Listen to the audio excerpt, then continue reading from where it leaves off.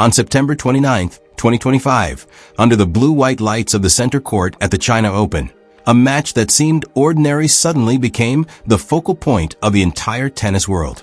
Not because of technical mastery, not because of a miraculous tweener or a record-breaking rally, but because of something no one expected. Belinda Bencic, the Olympic champion, the courageous mother who had just returned to competition, lost complete control. On live television, in front of millions. Just minutes earlier, she was leading one of the most formidable talents in the game, Coco Gauff, leading the set, leading the points, and even holding a clear psychological advantage. But then just a single cheer from Gauff supporters in an almost empty stadium was enough for Bencic to switch to self-destruct mode. From that point on, the world witnessed not a tennis match, but a rapid psychological collapse, filled with every spectrum of emotion: doubt, irritation, bitterness, and finally, total breakdown. The climax came when Bencic pointed directly at Gauff, who is 7 years her junior, and uttered a sentence that would be quoted thousands of times on Twitter, Reddit, and every global tennis group. "I'm too old for these mind games, okay?" A sentence that might make you laugh because of its irony, but one that was enough to make the world turn its back in seconds. That was no longer tennis. It was a raw lesson in fortitude, about the price of arrogance, and how one misguided action can incinerate an entire career in less than 90 minutes. While Belinda screamed at the umpire, smashed her racket into 100 pieces, and let her reputation drop on the Beijing court, Coco Gauff silently counterattacked in the way only true champions can. With serves accurate to the centimeter, with a backhand sharp as a razor, and with a victory that left her opponent with nothing to do but silently pick up her broken racket and leave the court. Today's story is not just about sports. It is about collapse, about psychology, about reputation, and about how a young star is silently building her own billion-dollar empire. Don't take your eyes off the video, because the 14th minute will reveal a figure that you won't believe.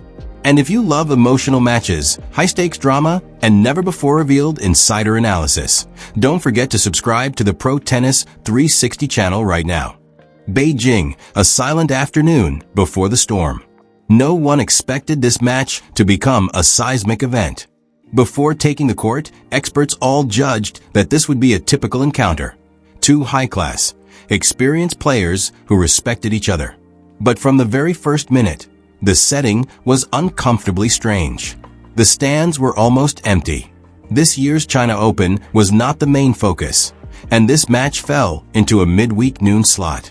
The only sounds echoing were the ball hitting the racket strings, sneakers grinding on the hard court, and most importantly, the voices of the camps of both sides. For a seasoned athlete like Bencic, silent playing conditions should have been an advantage. And in fact, for nearly the entire first set, she played as if she had never been away from the tour. Her inside-out forehands made Gauff slip. Her quick net play left the American team breathless. The 6-4 score in favor of Bencic was entirely deserved. But tennis has never been a game of pure technique. It is a psychological battle lasting hours, where a tiny cheer can shatter a strategy prepared for months. And then it happened.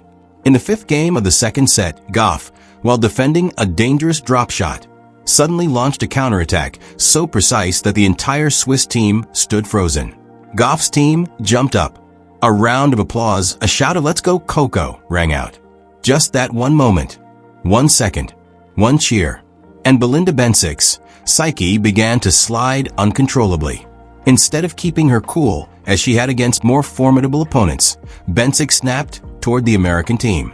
A cold stare, a meaningful finger point, and just minutes later, she walked straight to the umpire's chair, complaining about inappropriate noise while serving.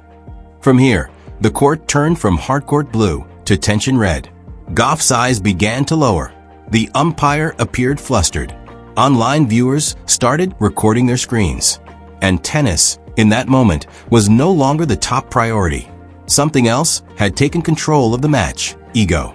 The dangerous kickback from Gauff. Even Coco's most loyal fans had to admit she was shaken. Following the direct confrontation with Bencic, the 21-year-old player suddenly became disorganized. 3 consecutive service errors, 3 double faults, something that had never happened during her title defense journey in Beijing.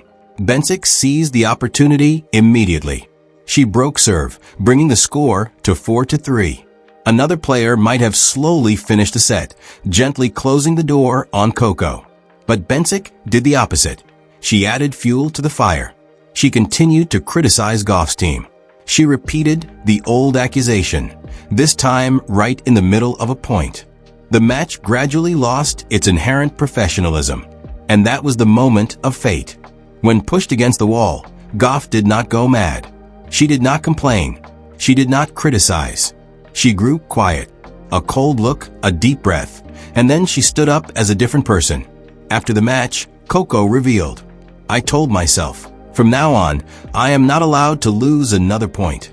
That was not just a statement. It was a total shift in her psychological state. No longer the young girl backed into a corner. On the court was a champion deciding to take back control. The transformation that gave spectators goosebumps. From that point on, Coco Gauff played as if she had been reprogrammed. Serves as accurate as GPS backhands flying like daggers. Moving across the court so fast it left her opponent gasping for air. She leveled the score. She took the second set into a tiebreak. And there, while Bencic continued to talk about fair play with the umpire, Gauff quietly picked off point after point, like unraveling the tangled psychological threads her opponent had tied herself into. Score 7-4. Tie break over. Gauff took the second set. And as if all the remaining energy in Bencic's body evaporated at that same time, she collapsed. Not physically, but mentally. Her shoulders slumped. Her gaze went blank. The racket in her hand was ruthlessly smashed. A smash made of graphite and suppressed frustration. The internet began to explode. The clip of her shouting at Gauff, the quote, "I'm too old for these mind games." It all started being shared at lightning speed. From Reddit to TikTok, everyone had one thing in common to say. If she hadn't made a scene, she probably would have won. The numbers don't lie, Gauff is dominant. The third set was no longer a tennis match. It was a sporting execution. Coco won 6-2, with the aura of a queen who no longer wanted to waste time. From a player who nearly lost early, Gauff didn't just turn the tide. She created an undeniable image, a woman standing at a new peak of the tennis world. After the match, Gauff didn't say much. She wasn't boastful. She only gently told the press, "I can't control other people, but I can control my reaction." A statement enough to make the entire tennis world reflect. Not just because it was true, but because the person saying it was a girl not yet old enough to rent a car in the US. And while Bencic was still gathering the pieces of her racket, Gauff was preparing for the quarterfinals. With an official spot in the WTA finals and a 9-match winning streak in Beijing, Coco had become the uncrowned queen of this tournament. But don't be quick to think this was just a victory on the court. In the next part, you will see why Coco Gauff is called the billion-dollar queen and why she is surpassing stars like Sabalenka or Iga Swiatek without even being world number 1. The new legend of the marketing world. No need for a grand slam. No need for world number 1. Coco Gauff was still the highest-earning female athlete on the planet in 2025. The figure? $34.2 million. In just 12 months.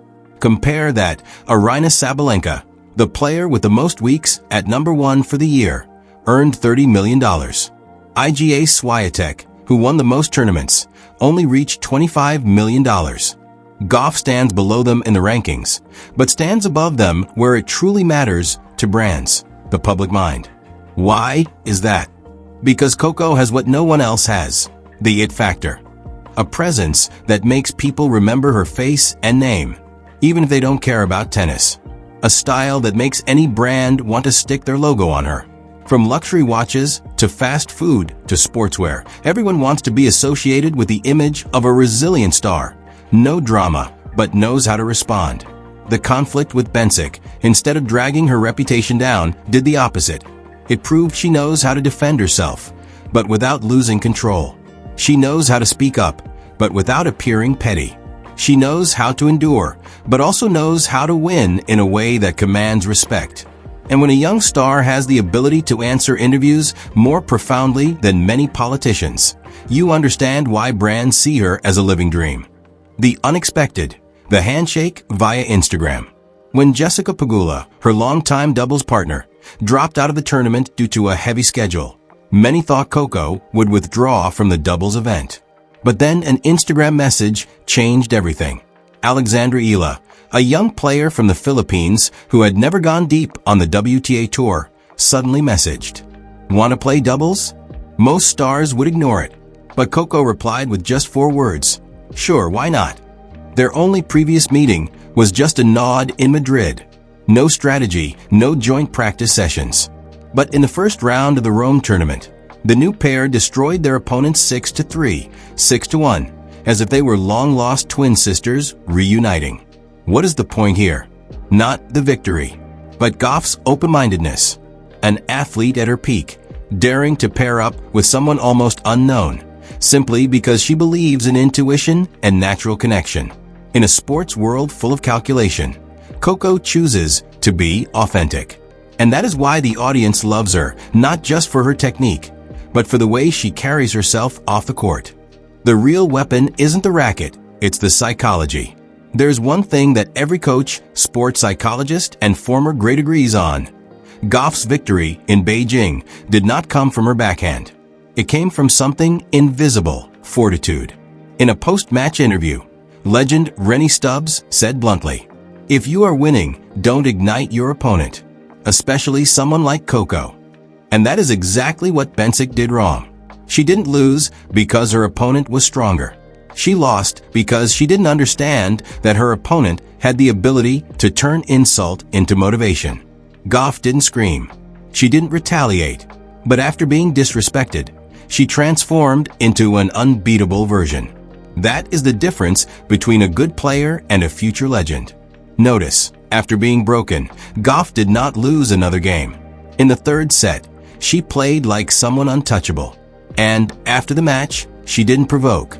She didn't throw shade. She only calmly said, "I don't control other people's behavior, but I control my reaction."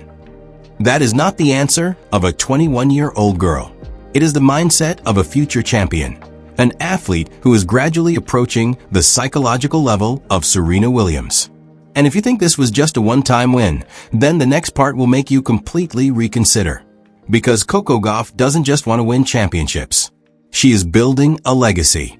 While the opponent is playing chess, Gauff is playing a different game. Belinda Bencic entered the match with a clear strategy. Control the tempo, exploit the weaknesses in Gauff's serve, apply pressure from a baseline, and if necessary, throw a few psychological jabs to break the rhythm. It sounds smart, but there was a problem. Coco is no longer an inexperienced player easily swayed by pressure.